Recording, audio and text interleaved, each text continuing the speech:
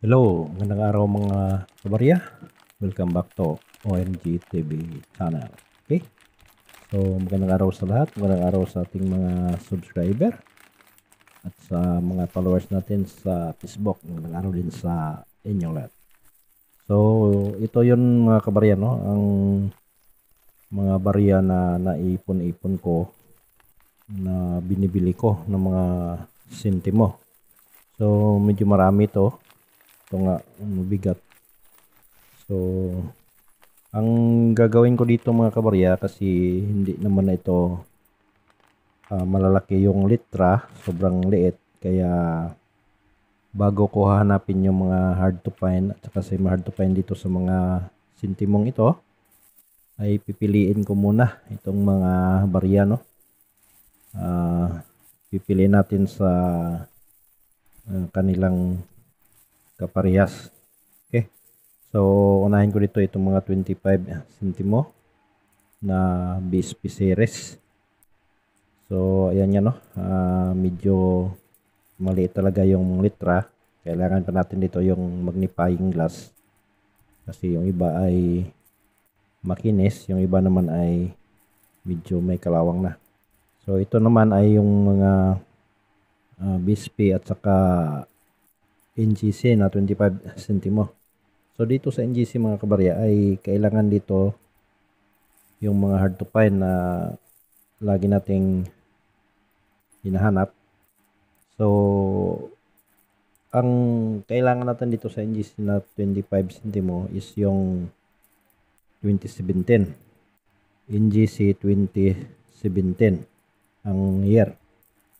So, ito marami-rami din to kasi sa pagbili natin ay bulto ito, no? Bultuhan itong ganito karaming barya. So, depende na sa usapan. So, ngayon, nagbakasakali tayong merong hard to find dito. Kaya, pipiliin natin sila sa kanilang kauri para saka natin titingnan yung mga taon kung meron bang hard to find na mapakinabangan. Okay? So, marami itong mga kabarya, itong mga NGC na 2017. Kasi nga ay hindi naman ito low mintage. So, marami yan. Kaso lang, marami na rin ang nag-ipon kaya mahirap na talaga hanapin. So, nagiging hard to find. Kahit na common siya sa kanyang mintage, ay mahirap na rin hanapin sa ngayon. So, dito nga, no, may nakahalo na yung Queen Elizabeth Australian coins. So, ito, no, hanap-hanap tayo. So, itong mga 25 sentimo natin na BSP ay napakarami nito. Kasi nagmula ito sa 1995 hanggang 2017. So, dito mo makikita mga kabarya yung non-magnetic na 25 sentimo at saka magnetic. So, doon sa hindi pa alam, yung mga non-magnetic ay nagmula sa 1995 hanggang 2003. At sa 2003 naman, mayroon ng magnetic na kahalo at hanggang 2017, mula sa 2003 ay magnetic yan lahat. So, dito natin makikita yung mga hard to find na mga 25 sentimo. Tulad ng 2006, 2005, 2003 na nasa magnetic. Meron ding hard to find dyan. So, marami itong mga kabarya. Then, merong 2007. Yung kanyang detail ay large script on both sides. Then, 2008, yun din. Meron ding hard to find. Hindi lahat, no, na 2008 ang hard to find. So, yun lamang yung meron siyang detalye na larger script on both sides or smaller script on both sides. So, yun, no. Kasi wala akong hawak na listahan kaya hindi ko siguro kung alin dyan ang hard to find itong mga 2008 na 20 sentimo. Ito naman ay mga 10 sentimo na Francisco Baltasar at saka yung lady standing na 10 sentimo. So, Filipino series. Marami din itong mga kabarya. Yan, no, itong tatlo ay Baltasar. So, meron ding mga mangilan-ngilan na mga hard to find dito sa mga baryang ito. Depende sa taon. So, kaya bago natin hanapin yung mga hard to find ay pipiliin muna natin yung mga barya na iipunin natin by its kind. Okay? So, ayan nga no, napakarami. So, kung minsan ay mahirap talaga piliin kung nagmamadali ka kasi sa dami nito ay tiyak na abutin ka ng pagod no sa kakapili, kasakit ng mata.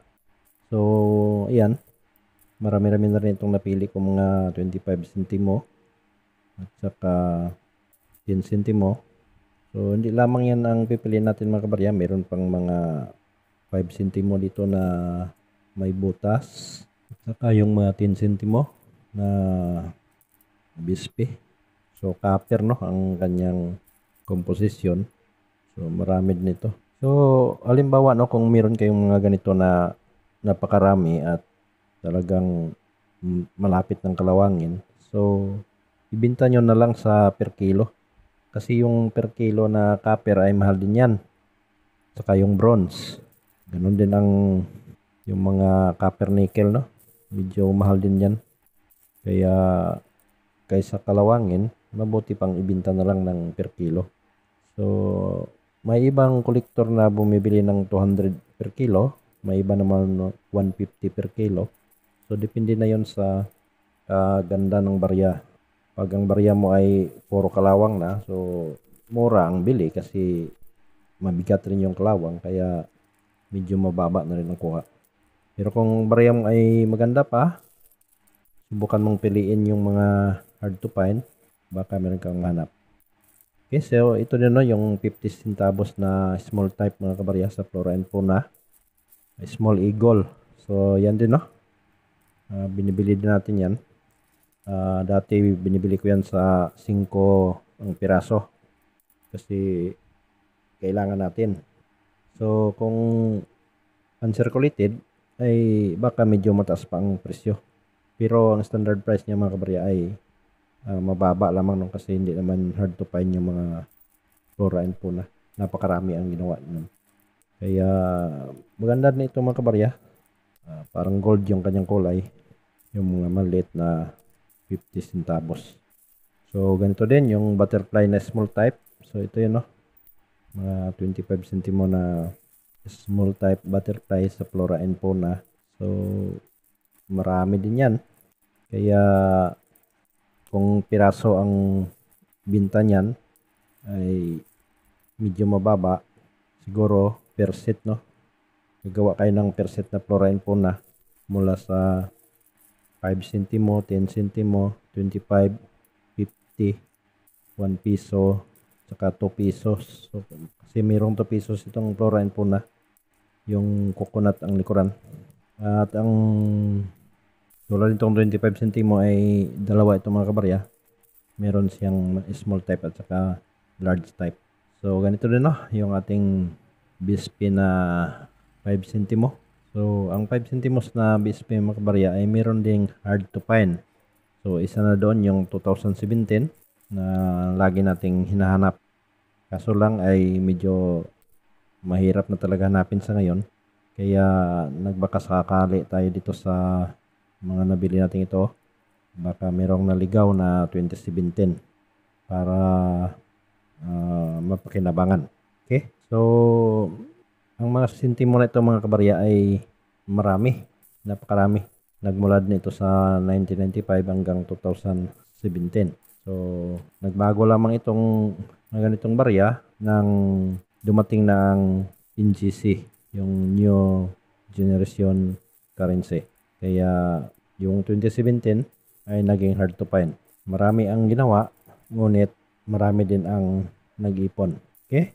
So, sa mga barya kong ito, mga kabarya, ay bumibili ako ng mahal nito tulad ng mga hard to find na binabanggit natin sa iba't iba kong video. So, marami akong mag-video dyan no, na mga sentimo din. So, may mga detalye doon na alin doon ng hard to find at saka semi hard to find.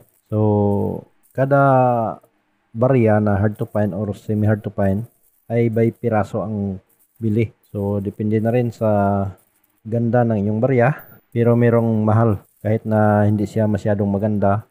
Puwiral na lang doon sa mga maraming tama kasi hindi na talaga ma-koleksyon yun pag maraming tama ang inyong barya. So tulad ng 25 centimo na BSP 2006 ay binibili yan sa 1,500 hanggang 3,000 ang isang piraso. So may iba na nga bumibili na rin ng 6,000. Makikita natin sa mga post sa Facebook. 6,000 ang isang piraso nitong 25 centimo 2006. Okay? So hanggang dito lang muna mga kabarya. Yung mga pagpipili ko nitong barya kasi sa dami nito ay mahirap talaga hanapin, no? Yung mga taon na gusto nating makita. Kaya kailangan piliin at saka natin titingnan sa magnifying glass yung mga taon. So, yun pala, no, yung huli, yung mga 5 centimo na Melchora Aquino ay importante din yung mga kabarya.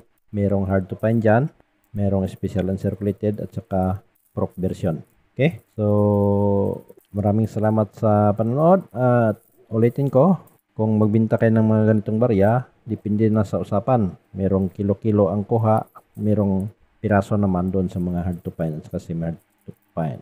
So, huwag kalimutan ang ating channel, OMG TV channel. Doon sa hindi pa nakapag-subscribe, mag-subscribe kayo para lagi kayong ma-update sa mga bagong video na ma-upload natin. Ulitin ko, magandang araw sa lahat and God bless.